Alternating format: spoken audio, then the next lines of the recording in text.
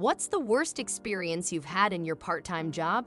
Maybe you've been caught skipping a shift, tasked with unpleasant chores, or had a difficult boss. Well, my own job ordeal trumps all of those. I found myself wrongfully accused of a crime and came perilously close to facing jail time. It was an ordinary Saturday at work, and my duty was to monitor one of the museum galleries, keeping an eye on visitors and addressing their inquiries.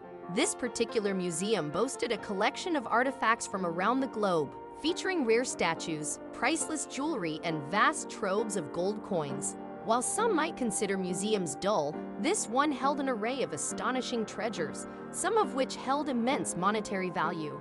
One aspect of my job was to patrol the premises and ensure nothing untoward was transpiring. On that fateful workday, a group of French tourists caught my attention. Their distinctive accents were unmistakable, and my spirits soared at the prospect of encountering genuine French visitors. Even better, I could grasp fragments of their conversation. Intrigued, I decided to shadow them, eavesdropping on their dialogue.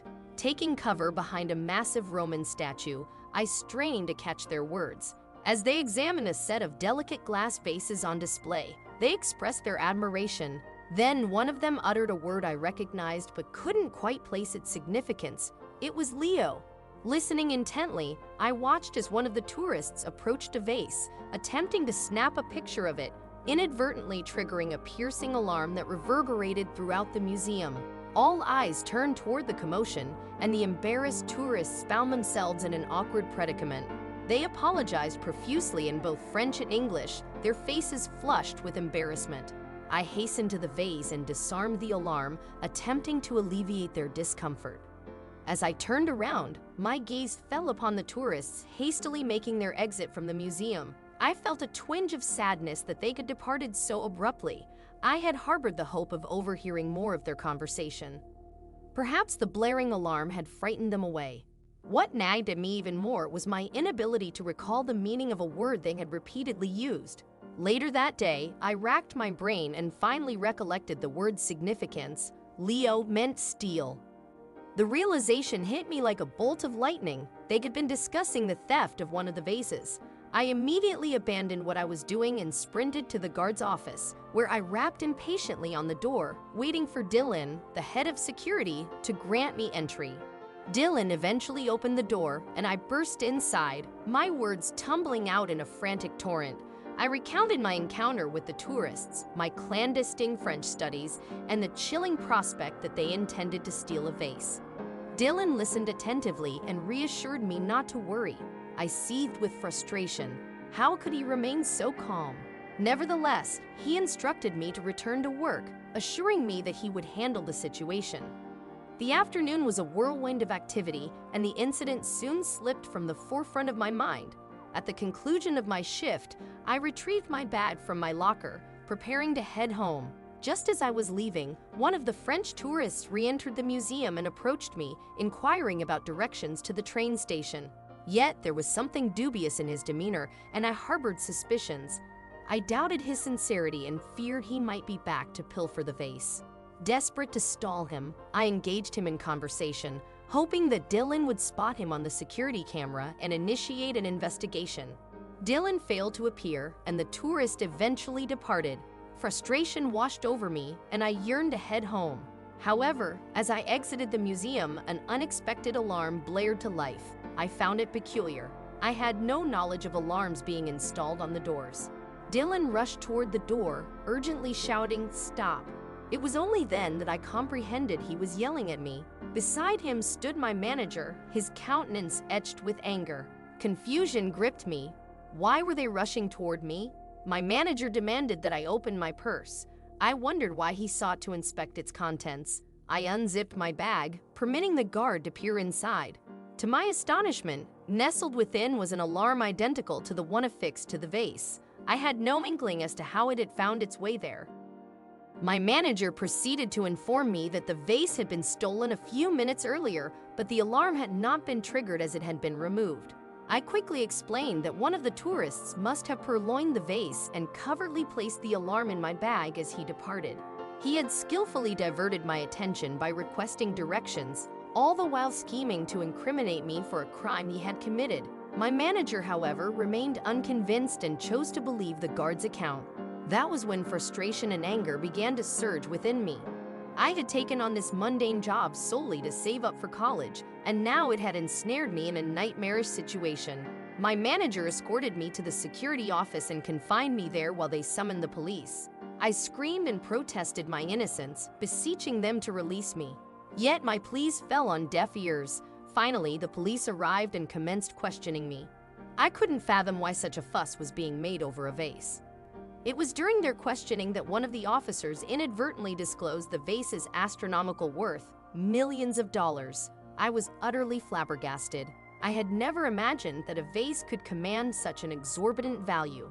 They informed me that I was free to leave, but an investigation would ensue, and they would search my residence in pursuit of the stolen vase.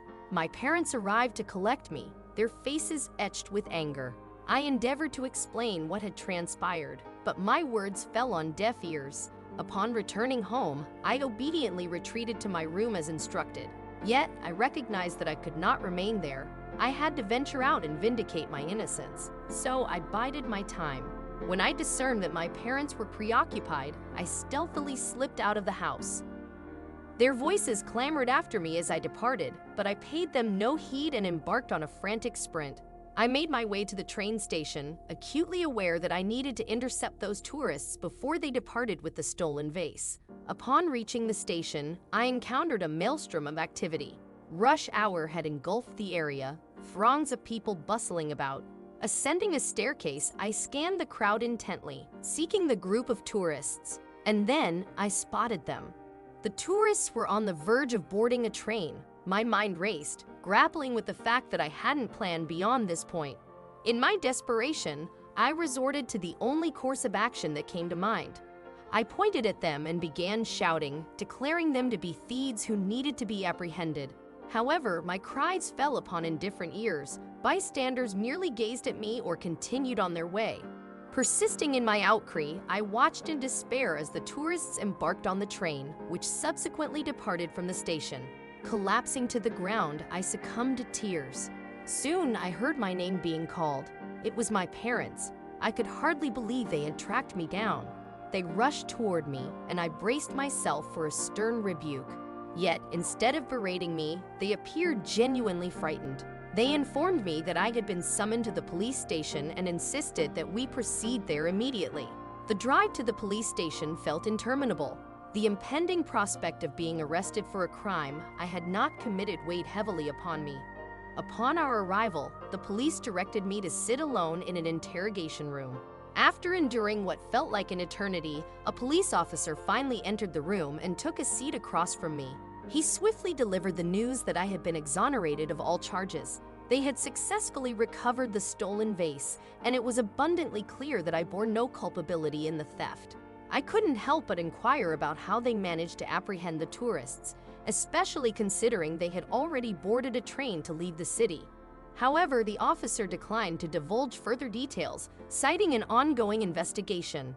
With my innocence confirmed, I was released and allowed to return home. My parents awaited me in the waiting room, my mother's eyes brimming with tears. Profusely apologetic for doubting me, they expressed their remorse. Despite the emotional turmoil, I found it within me to forgive them. They were only concerned for my well-being. Despite their offer to take me home, I persuaded them to drop me off at the museum first. I felt compelled to speak with my boss about the recent events. Upon arriving at the museum, I noticed the presence of police cars outside, a sight that didn't surprise me given the ongoing investigation. However, what followed was utterly shocking.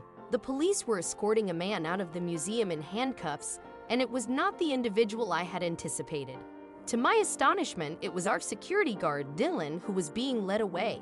They placed him in a police car, and he departed in restraints. I was at a loss for words, my mind racing to comprehend the situation. Dylan had always been kind and amicable, and now he appeared to be the one ensnared in a web of false accusations. Before I could fully process the situation, my manager rushed out to speak with me. He divulged a startling revelation. Dylan was not a victim of a setup. Rather, he was the one responsible for stealing the vase and orchestrating the attempt to frame me. It came to light that Dylan had a criminal record and had deceived his way into a position at the museum. The subsequent investigation had uncovered his involvement in the theft and the erasure of the surveillance footage in a bid to conceal his culpability. It turned out that Dylan had cunningly concealed the alarm in my bag, craftily framing me for his own crime. The coincidental return of the tourist seeking directions was merely an unrelated occurrence. The revelation left me utterly dumbfounded. I would have never suspected Dylan of criminal intentions. He had always come across as trustworthy, making his deceit all the more astonishing. This all transpired a few weeks ago, and since then, life has gradually returned to normal. My job continues to progress smoothly, and my manager, laden with guilt over the previous ordeal, has become exceptionally considerate. He even went so far as to assure me that when I return from college during holidays, I can take on as many shifts as I desire.